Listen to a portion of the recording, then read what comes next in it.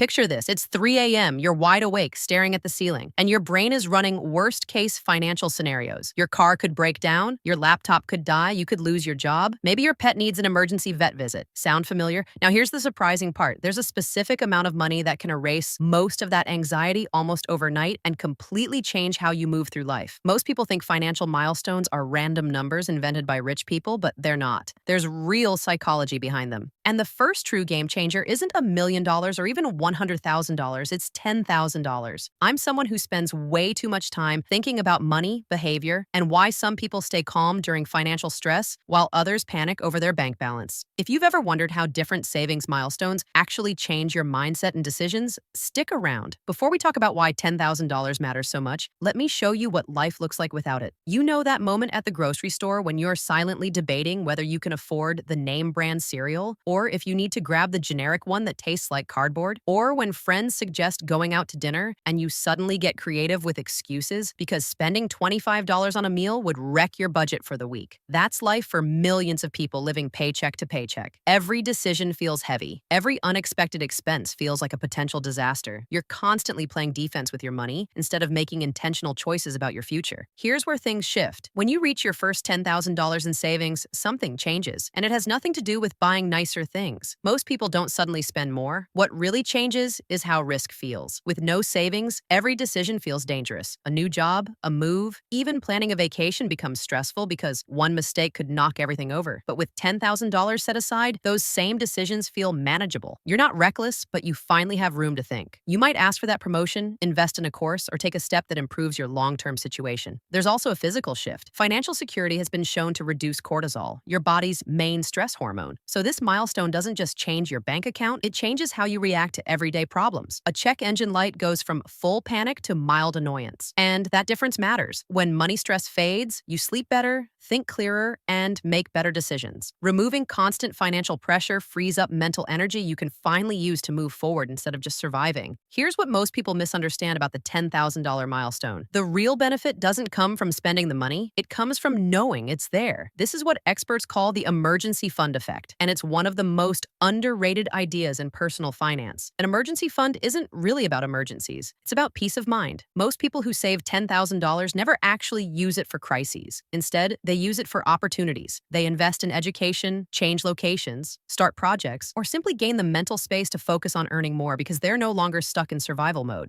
There's also a confidence shift that's hard to measure but impossible to miss. When you know you have money in the bank, you negotiate differently. You're more willing to walk away from bad deals because you're not desperate. That confidence often leads to better jobs, healthier relationships, and better outcomes overall. Now, $10,000 might sound impossible if saving even $100 a month feels hard. But here's the truth. The hardest part isn't the money. It's the identity shift. People who succeed don't treat saving like a temporary diet. They see themselves as someone who saves. And once that identity clicks, everything changes. The first $1,000 is the hardest. After that, habits compound, decisions get easier, and momentum builds. By the time you're halfway there, saving feels natural. And mathematically, $10,000 is powerful because it covers most financial shocks: car repairs, medical bills, short-term job loss. It turns chaos into inconvenience. Once you reach this milestone, you're protected from most of the financial shocks that keep people trapped in the paycheck-to-paycheck cycle. But the biggest shift isn't external. It's how you start thinking about money. Instead of watching it disappear every month, you begin to see it as a tool that creates options. Before savings, money feels scarce. Every dollar spent feels final. But with $10,000 as a foundation, you realize money can actually grow and work for you. That's when concepts like investing, side income, and long-term planning start to make sense. Not because you suddenly became a financial expert, but because you finally have the mental space to think beyond survival. When rent and groceries stop being constant stressors,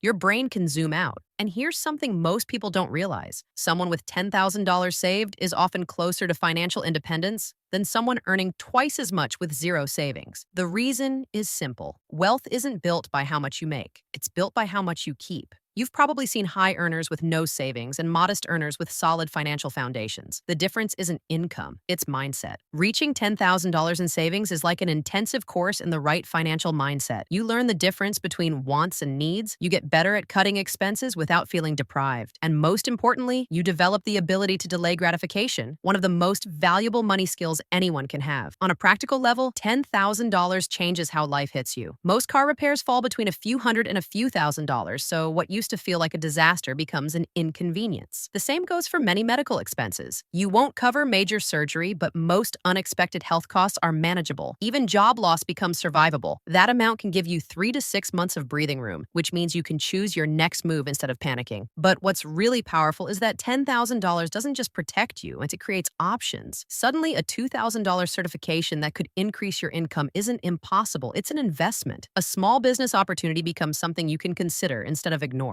I'm not saying to gamble your emergency fund, but having options feels completely different than having none. And this impact goes beyond money. People with savings sleep better, literally. Financial stress is one of the biggest causes of poor sleep, and removing that constant pressure improves your health, focus, and overall quality of life. Your relationships improve too. Money stress is one of the biggest sources of conflict in families and partnerships. When you're not constantly worried about bills, you have more emotional energy for the people around you. You're less anxious, less reactive, and more present. There's also a quiet confidence that comes from having savings. You show up differently to job interviews when you don't desperately need the offer. You negotiate better, you're willing to walk away, and that confidence often leads to better opportunities and higher pay, creating a positive financial loop. Now, let's be honest, if you're living paycheck to paycheck, $10,000 can sound overwhelming, but you don't need to save it overnight. In fact, saving too aggressively usually backfires. The most successful savers start small, $25, $50 a month, and focus on consistency. Once the habit is there, the amount grows naturally. Here's a reality check. The average person spends thousands each year on convenience purchases like coffee and dining out. Redirecting even a portion of that can get you to $10,000 faster than you think. The difference between people who build savings and those who don't usually isn't income. It's awareness and intention. The real power of saving your first $10,000 goes far beyond the money itself. It changes how you see risk, how you approach opportunities, and how you plan your future. Most importantly, it proves to you that you're capable. And once you believe that, the next $10,000 feels possible, and then the next. This milestone isn't just about having money saved. It's about becoming the kind of person who saves.